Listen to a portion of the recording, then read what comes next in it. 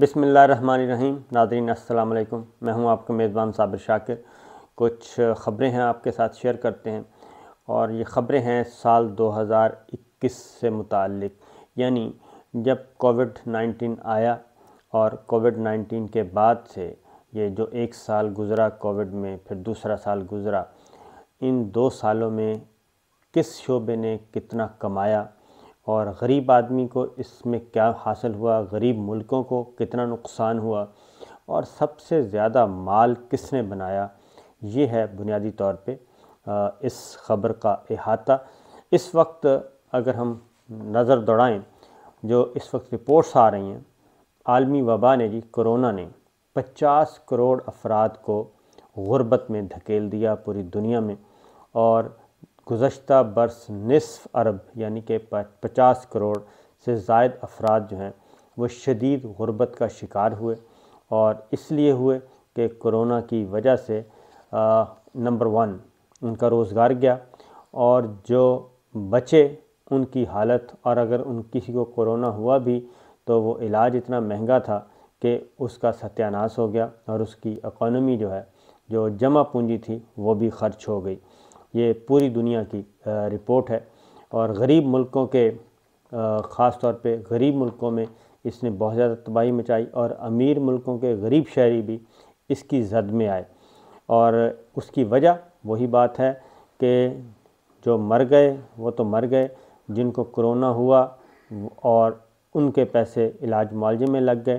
اور باقی جو غربت سے نیچے آئے، وہ جو لاک ڈاؤن کا سلسلہ تھا، روزگار، کاروبار، یہ سب کے سب کم آمدنی والے مزید نیچے چلے گئے، اور متوسط طبقے والے بھی مزید نیچے چلے گئے۔ یہ ہے ایک رپورٹ، اس کی ڈیٹیلز آپ کو دیتا ہوں۔ عالمی ادارہ صحت ہے WHO اور عالمی بینک نے ایک مشترکہ رپورٹ جاری کی ہے، جس میں انہوں نے کہا ہے کہ بین الاقوامی سطح کی خدمات کو متاثر کیا کووڈ نے، اور 1930 کے بعد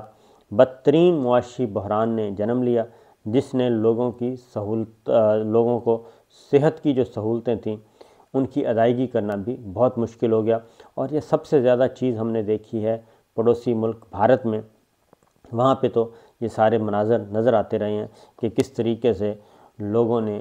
اپنی جانیں بچانے کے لیے اپنے زیورات بیچے، اپنی جمع پونجی لگائی، بینکوں سے قرضے لیے، اور بینکوں سے قرضے لے کے اپنا علاج معالجہ کروایا، اور اب جو وہاں پہ صورتحال ہے کہ وہ صحت یاب تو ہو گئے، لیکن وہ قرضے واپس کیسے کرنے ہیں، یہ ان کے لیے وبال جان بنا ہوا ہے، اور یہ انڈیا نہیں بلکہ بہت سارے ممالک میں ایسا ہی ہوا۔ اب پاکستان، اللہ کا شکر ہے کہ اس حد تک ایک تو بیماری کی شدت، اللہ تعالیٰ نے اس کو بچایا پاکستان کو، اور دوسرا یہ کہ پاکستان کا جو صحت کا سسٹم تھا،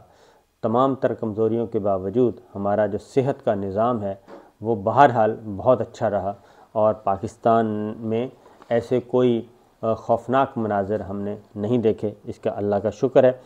اب اس رپورٹ کے مطابق 10 سالوں میں پہلی مرتبہ ایمونائزیشن اس کی کوریج کم ہوئی، جس کے باعث TB اور ملیریا کی اموات میں اضافہ ہوا ہے، اور صحت، غذا اور آبادی جو ہے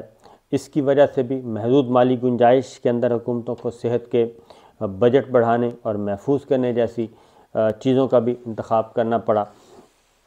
یہ ہوا ہے۔ اور ساتھ ہی ساتھ 2020 میں اور 2021 میں تمام تر جو معاملات ہیں وہ خراب سے خراب تر ہوتے گئے۔ عالمی بینک کی جو رپورٹ ہے اس کے مطابق بھی عالمی وبا شروع ہونے سے پہلے تقریباً 1 ارب افراد اپنے گھریلو بجٹ کا 10% سے زیادہ صحت پر خرچ کر رہے تھے۔ یہ ناقابل قبول ہے، اور یہ 2 نئی رپورٹیں جو آئیں، اس سے تمام ممالک کو ایک انتباہ ہوا ہے کہ اپنے صحت کے نظام کو، اور دوسرا اپنے شہریوں کی جو اکانومی ہے، معیشت ہے، اس کو ضرور بہتر رکھنا چاہیے۔ یہ اس کے ساتھ اب آتے ہیں کہ یہ تو ایک غریب آدمی، غریب ملک، پہلے تو یہ غریب آدمیوں کے ساتھ ہوا، 50 کروڑ افراد جو ہے وہ خط غربت سے نیچے چلے گئے، اور غریب سے غریب تر ہو گئے۔ لیکن دوسری جانب پھر غریب ملکوں کے ساتھ کیا ہوا؟ غریب ملکوں نے جی اس دوران یہ جو کووڈ-19 کے بعد تقریباً 1000 ارب ڈالر کے ریکارڈ قرضے ان کو لینے پڑے، اور یہ بھی ورلڈ بینک کی رپورٹ ہے، اور اس میں جو قرضوں کے بوجھ میں 12% اضافہ ہوا، اور کووڈ-19 کے وبائی مرض کے نتیجے میں 2020 میں اور آگے پھر 2021 یہ قرضے تقریباً 1000 ارب ڈالر کی اس ریکارڈ سطح پر پہنچ چکے ہیں، اور بینک نے قرضے کی سطح کم کرنے کے لیے فوری کوششوں پر زور دیا ہے، کیونکہ وہ کہتے ہیں کہ یہ قرضے اگر اسی رفتار سے بڑھتے گئے تو صورتحال سنگین سے سنگین تر ہو جائے گی، اور ملکوں کی اکانومی جو ہے وہ پھر قرضوں کی معیشت بھی انحصار ہوگا، اپنے پاؤں پہ کوئی بھی کھڑا نہیں ہو سکے گا۔ یہ ایک رپورٹ ہے، اس میں انہوں نے اس کا انتباہ جاری کیا ہے، اور پاکستان کو IMF سے، پاکستان بھی اس میں شامل ہے، جن ملکوں نے یہ کووڈ کی وجہ سے اپنے قرضے جو ہے وہ لینے پڑے اور اس دوران لیے، یعنی کہ 2 سالوں میں وہ کووڈ وجہ تھی یا کوئی اور وجہ تھی، پاکستان بھی اس میں شامل ہے۔ اور عالمی سطح پہ جی جو قرضوں کی سطح ہے 5.3% بڑھ کر 8.7 ٹریلین ڈالر تک پہنچ گئی ہے، 5.3% بڑھ کر 8.7 ٹریلین ڈالر تک پہنچ گئی ہے بیرونی قرضوں کی، اور جس سے تمام خطوں کے ممالک جو ہیں وہ متاثر ہوئے ہیں۔ اسی طریقے سے یہ بھی ہے کہ بیرونی قرضوں میں جو اضافے سے مجموعی قومی آمدنی جو ہے اور برآمدات میں اضافہ ہوا ہے، جس سے 2020 میں چین کے علاوہ بیرونی قرضوں سے GNI کا تناسب 2020 میں 5% پوائنٹ سے بڑھ کر 42% ہو گیا، جبکہ ان ملکوں کا قرض اور برآمد کا آپس کا تناسب بڑھ گیا ہے۔ کووڈ-19 کے بعد 126% تک کووڈ-19 سے پہلے، اور اس کے بعد پھر یہ 154% تک چلا گیا۔ یہ جو عالمی ادارے کی رپورٹ ہے جی، اس کے مطابق دنیا کی 20 بڑی معیشتوں کے گروپ کی جانب سے قرض سروس معطلی کی پیشکش یعنی کہ DSSI جو کی گئی، اور وہ اس کی یہ ضروری تھی ورنہ قرضوں کی واپسی ممکن نہیں تھی، اس کو ری شیڈول کیا گیا قرضوں کو، اور گروپ 20 اور پیرس کلب میں شامل کر دینے والوں نے پچھلے سال قرضوں کے اثر نو تعین کا ایک پروگرام شروع کیا، اور جس سے پروگرام کی شرائط پر پورے اترنے والے ممالک فائدہ اٹھا سکتے تھے، لیکن اس پروگرام کے لیے ابھی تک صرف ایتھوپیا اور زیمبیا انہوں نے درخواستیں دی ہیں، اس کے علاوہ کوئی درخواست نہیں آئی۔ یہ چیز 2020 میں وہ کہتے ہیں 2020 میں اور 2021 میں بڑھ کر 117 ارب ڈالر تک پہنچ گئے، جو ایک عشرے کے دوران قرضے کی بلند ترین سطح تھی۔ یہ بین الاقوامی قرض دہندگان کی رپورٹ ہے جی، بین الاقوامی قرض دہندگان کی جانب سے کم از کم اور درمیانی آمدن والے ممالک کو دیے جانے والے قرضے جو ہیں وہ 117 ارب ڈالر تک پہنچ گئے، اور اسی طریقے سے کم آمدنی والے ممالک کو ملنے والا قرضہ جو ہے وہ 25% بڑھ کر 71 ارب ڈالر ہو گیا، جس میں بین الاقوامی مالیاتی فنڈ اور دیگر کثیر جہتی قرض دہندگان کی جانب سے فراہم کیا جانے والا 42 ارب ڈالر کا قرضہ شامل ہے، جو کہ ایک عشرے کی بلند ترین سطح پہ ہے۔ عالمی بینک کے چیف اکونومسٹ کہتے ہیں جی کہ شرح سود میں اضافے کے باعث انتہائی مقروض ملکوں کو درپیش چیلنجز اب تر مشکل شکل اختیار کر سکتے ہیں، اور 2022 کی رپورٹ یعنی کہ آئندہ سال کی اپنی رپورٹ میں توسیع کی ہے عالمی بینک نے، اور تاکہ یہ بیرونی قرضوں کے بارے میں مزید تفصیل اور الگ الگ ڈیٹا فراہم کر کے عالمی قرضوں کی سطح کے بارے میں شفافیت لائی جا سکے۔ قرضوں سے متعلق جو اب تک اعداد و شمار پیش کیے گئے ہیں، ان میں قرض لینے والے ممالک مجموعی بیرونی قرضوں کی مکمل تفصیل شامل ہے، جس سے اندازہ لگایا جا سکتا ہے کہ سرکاری اور نجی قرضے شامل ہیں، اور قرضوں کی ادائیگی کو مؤخر کرنے کے پروگرام کے جو اہل ملک ہیں ان کے بارے میں عالمی بینک کی رپورٹ یہ ہے کہ 2020 میں کن ممالک نے اس سے فائدہ اٹھایا، اور 2021 تک ان کے واجب الادا قرضوں کی ماہانہ ادائیگی کیا تھی۔ یہ یہ ہے قرضوں کا بوجھ۔ اب آتے ہیں اس سے فائدہ سب سے زیادہ ان 2 سالوں میں کس نے اٹھایا۔ یہ ایک بڑی زبردست رپورٹ ہے۔ یہ ہے کرونا وبا کے دوران بھی اسلحے کی دوڑ جو ہے وہ بدستور جاری رہی، اور سپری کی رپورٹ کے مطابق دنیا کی ہتھیار سازی کی 100 بڑی کمپنیاں، یعنی جو اسلحہ تیار کرنے والی 100 بڑی کمپنیوں نے $531 ارب کا اسلحہ فروخت کیا، $571 ارب کا اسلحہ فروخت کیا، اور یہ کووڈ-19، کووڈ-20